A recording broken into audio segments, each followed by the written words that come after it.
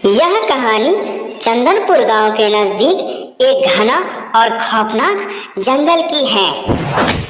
लोग इस जंगल के नाम से ही काफी डर जाते हैं और इस जंगल की तरफ जाने से भी कतराते हैं, क्योंकि इस जंगल में हमेशा कोई न कोई अजीबोगरीब घटनाएं होती रहती।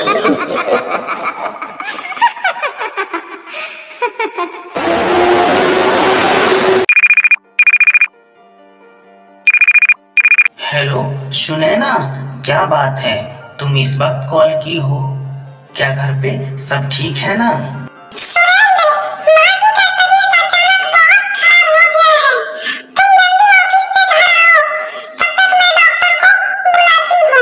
ठीक है सुनैना, मैं आ रहा हूँ। तब तक तुम माँ का अच्छे से ख्याल रखना। विवेक, मैंने ऑफिस का सभी वर्क कर लिया है और पेपर को तैयार करके मैंने लॉकर में रख दिया है। बॉस जब आएंगे तब तुम उन्हें बता देना। अभी काफी देर हो गई है, हमें घर जाना है। मैं घर के लिए निकल रहा हूँ। ठीक है सर, आप घर के लिए निकलिए। जब बॉस आएंगे तो मैं उन्हें बता दूंगा। सुरेंद्र ऑफिस से घर के लिए निकल पड़ा। सुरेंद्र को रास्ते में ही काफी रात हो गई थी, जिस कारण वह घर जाने के लिए शॉर्टकट रास्ता चुना। जब वह उस जंगल के नजदीक पहुंचा तो उस सुनसान इलाके में एक बूढ़ा व्यक्ति मिला। अरे बेटा, तुम इतनी रात को कहाँ जा रहे हो? यहाँ से चले जाओ, नहीं तो मारे जाओगे, कोई नहीं बचेगा। बाबा, ऐसा क्या है जो यहाँ सबके सब मारे जाएंगे? कौन किसको मार रहा है, जरा हमें बताओ। बेटा, इस जंगल में बहुत सारे भूत हैं। जंगल में भी चुड़ैल तबाही मचा रही है। इस वक्त जंगल के रास्ते से जाना सही नहीं है। मैं तुम्हें मना कर रहा हूँ, आगे मत जाओ। बाबा, मैं भूतों और चुड़ैलों में विश्वास नहीं रखता हूँ। मैं अभी नहीं रुक सकता हूँ, मेरा घर जाना बहुत जरूरी है। देखो, मेरा तो काम था तुझे रोकना। अब तुम जाना चाहते हो तो जा सकते हो। बेटा, मैं तुम्हें एक त्रिशूल देता हूँ। ये त्रिशूल तुम्हारी भूतों से रक्षा करेगी। ठीक है बाबा, अब मैं चलता हूँ। सुरेंद्र वहां से चल दिया। जब वह जंगल के बीच में पहुंचा तो अचानक से उसका बाइक बंद हो गया और स्टार्ट नहीं हो रहा था। तब सुरेंद्र बहुत घबरा गया। जंगल में अजीब अजीब सा आवाज आ रहा था। हे भगवान, इस बाइक को क्या हो गया? इस वक्त ही इसको बंद होना था। इस सुनसान जंगल में बहुत अजीब अजीब आवाजें आ रही है। अब क्या करे, यहाँ पे रहने का कोई ठिकाना भी नहीं है। सुरेंद्र जंगल में इधर उधर भटकने लगा।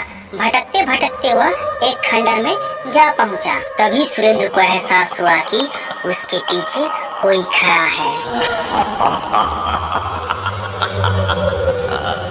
मानव, अब तुम यहाँ से नहीं जा सकते। मैं तुम्हें मार डालूंगा।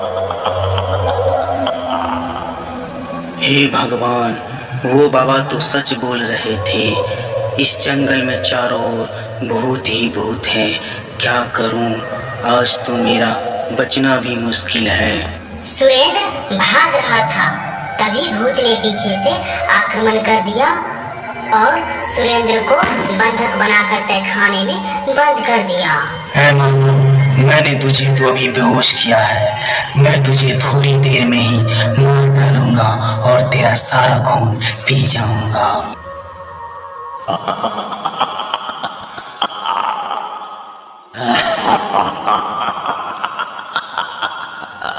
भूत वहां से थोड़ी देर के लिए कहीं चला जाता है। तभी सुरेंद्र को होश आ जाता है। तब सुरेंद्र को याद आता है कि बाबा ने उसे एक त्रिशूल दिया था। वह त्रिशूल भूत और चुड़ैलों से उसकी रक्षा करेगी। जब भूत दोबारा सुरेंद्र को मारने आता है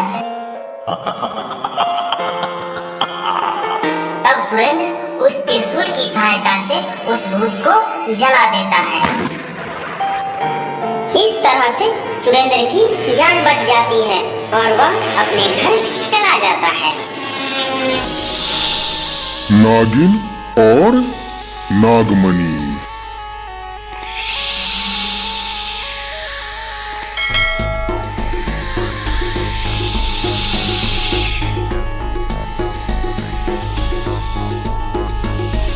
बहुत समय पहले की बात है। एक जंगल में इच्छाधारी नागों का एक जोड़ा रहा करता था। वैसे तो यह जोड़ा सामान्य नागों की तरह जंगल में विचरण करता था और अपना जीवन यापन करता था। लेकिन पूर्णमासी के दिन ये दोनों जोड़ा मणि को बाहर निकालकर ये एक दूसरे से प्रेम कर रहे थे। तभी वहाँ पे एक इंसान आया। अरे ये लाल लाल क्या है? अरे ये तो मणि है। अरे इच्छाधारी नागों का जोड़ा भी है। हमें यहाँ से निकलना चाहिए, खतरा है। इससे पहले मैंने ऐसा दृश्य कभी नहीं देखा था। बहुत ही चमकीला नागमणि था और वे नाग के जोड़ा बहुत ही भयानक लग रहे थे। भगवान का लाख लाख शुक्र है आज मेरी जान बच गई। सुनो रवि भाई, तुमसे एक बहुत जरूरी बात कहनी है। भाई, मैंने जंगल में एक नागमणि देखा है और इच्छाधारी नागों का जोड़ा भी देखा है। अरे आकाश भाई, क्या तुम सच बोल रहे हो? नागमणि होता है? अरे हाँ हाँ भाई, नागमणि होती है। मैंने सुना है कि नागमणि से लोग इतना अमीर हो जाते हैं कि कमाने की जरूरत नहीं पड़ती है। अरे वाह भाई, ये तो अच्छी बात है। अब ये सोचना है कि उस नागमणि को कैसे हासिल किया जाए। भाई, अब तो नागमणि को हासिल पूर्णमासी के दिन ही किया जा सकता है। इससे पहले इच्छाधारी नाग नागिन मणि को अपने से दूर नहीं करता है। ठीक है भाई, हम लोग पूर्णमासी के दिन का इंतजार करते हैं। वो घड़ी जल्दी ही आए जब हम लोग खूब अमीर होंगे, हमारे पास ढेर सारे रुपये पैसे होंगे। धीरे धीरे दिन बीतता गया और वह दिन आ ही गया जब पूर्णमासी का दिन था। रवि और आकाश दोनों दोस्त उसी दिशा में चल दिए जहाँ इच्छाधारी नाग नागिन नागमणि के साथ रहते थे। चलते चलते उन्हें शाम हो गई। तब जाकर वे दोनों उस जंगल के करीब पहुँचे। सुनो रवि भाई, हम लोग उस जंगल के करीब पहुंच गए हैं जहाँ पे इच्छाधारी नाग नागिन रहते हैं। अब हम लोगों को सतर्क रहना होगा। सही कह रहे हो आकाश भाई, अब यहाँ से हम लोगों को सावधान रहना होगा। पता नहीं किधर से हम पे अटैक कर दे इच्छाधारी नाग नागिन। अरे भाई, वहाँ देखो नाग नागिन रहा। अब हम लोग उस पे अटैक करेंगे अपने बंदूक से और हम लोग नागमणि लेकर यहाँ से चले जाएंगे।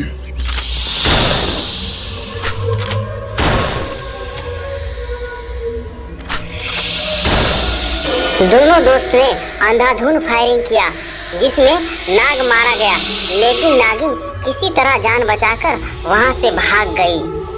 चलो भाई, हम लोग जल्दी से नागमणि लेकर जंगल से बाहर निकलते हैं। वे दोनों जंगल से मणि लेकर वे शहर गए और उसे बेचकर बहुत बड़े आदमी बन गए। उन दोनों के पास पैसों की कोई कमी नहीं थी और वे आराम से रहने लगे।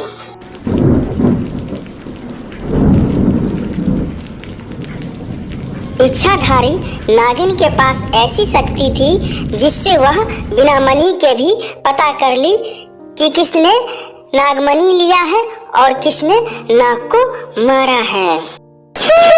हमें सबसे पहले उसके पास जाना है जिससे वे दोनों ने मणि को बेचा है। हमने नाग को उन लोगों को न डाला है, मैं किसी को नहीं छोड़ूंगी।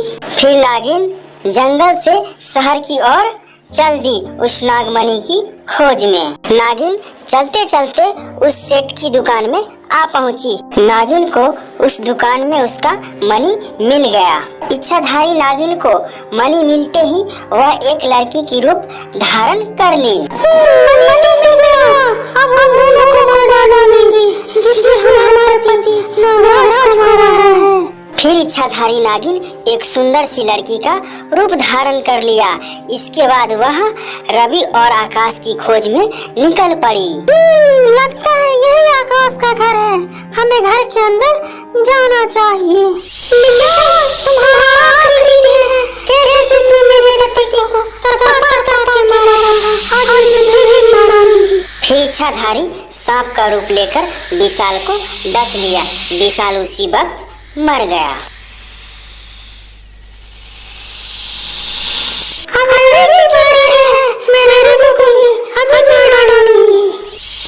फिर इच्छाधारी नागिन ने रवि को भी डस लिया और उसे भी मार डाला। इसके बाद इच्छाधारी नागिन हमेशा के लिए उस शहर को छोड़कर कहीं दूर जंगल में चली गई।